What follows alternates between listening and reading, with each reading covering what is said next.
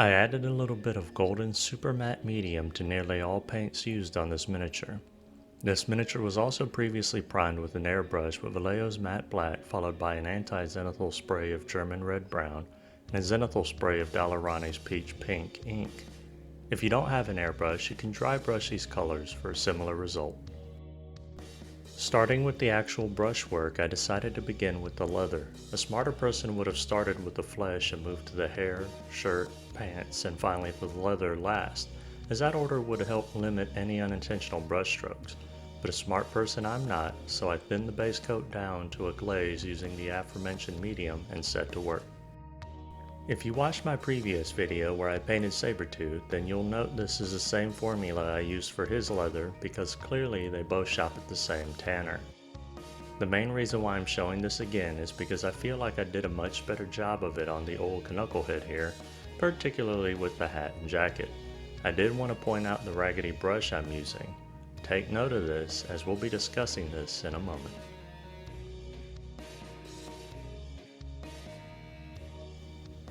But first, I reapply another layer of the same mixture to build up shadows, such as in between his shoulder blades, under the arms, and under the brim of his hat. As I'm applying this shadow, you can already see a scratchy finish left by the raggedy brush I used for the base coat. This will help sell the worn and damaged leather effect I'm aiming for.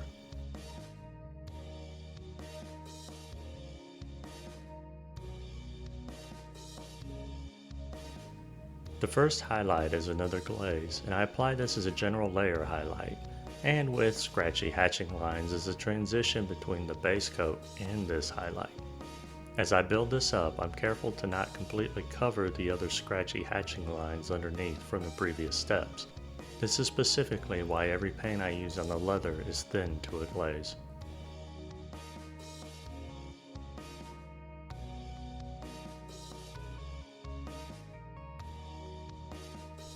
For the final highlight, I apply this as hatching and cross-hatching lines.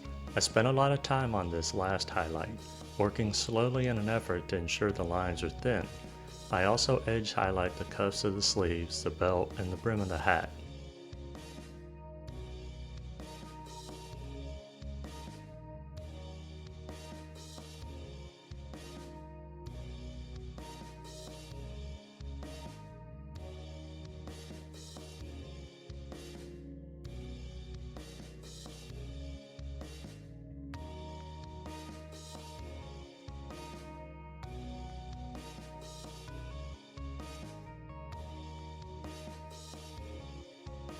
I finish the leather with thin sepia from Golden's High Flow acrylic line. This I apply as a shadow around the pockets, sole of the boots, and around the hat band. As a note, I do not show the painting of the jacket's fur lining, his hair, or flesh in this video. The fur and hair I only did basic layering with, and the flesh is done the exact same way I painted Sabretooth's. As always, the colors and steps used will be shown at the end of this video in the form of a spreadsheet excerpt. I paint the jeans next, and just like the jacket, all of the paints I use for the pants are thinned to a glaze. The first step is a base coat, followed by a shade. I then add a bright blue to act as scratches, tears, and seams.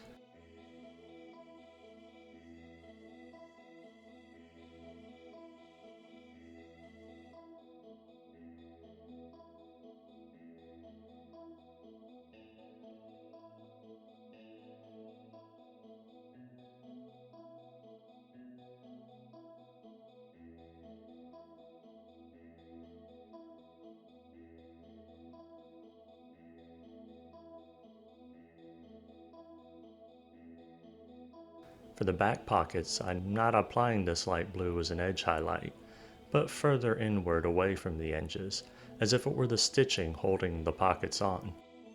With the same mix, I add a little more medium to thin it down, and then add thin scratches around the knees and front of the pants.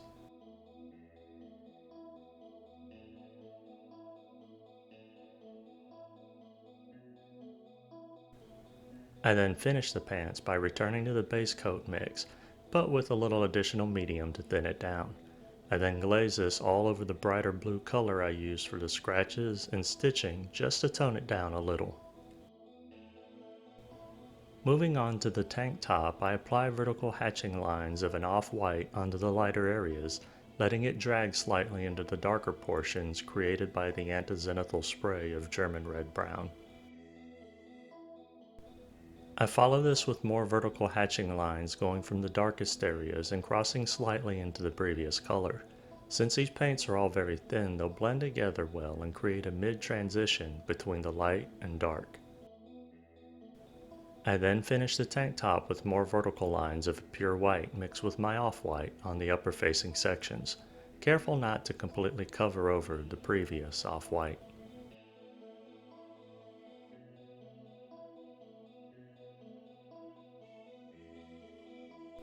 I finish the rest of the miniature save for the claws and base, and though I don't show the painting of the flesh here, I did want to show this. Wolverine is a hairy character with a large amount of hair on the back of his hands on his arms. I tried painting in the hair, but it didn't look good, so instead, I opted to slightly stipple the back of his hands, his chin, and above his upper lip, using a graphite pencil to add hair and stubble. And if I decided I didn't like it, I could always just wipe it away with a damp Q-tip. For the claws, I wanted to try this Molotov liquid chrome, but be warned as it's very thin and meant for a pen or marker refill.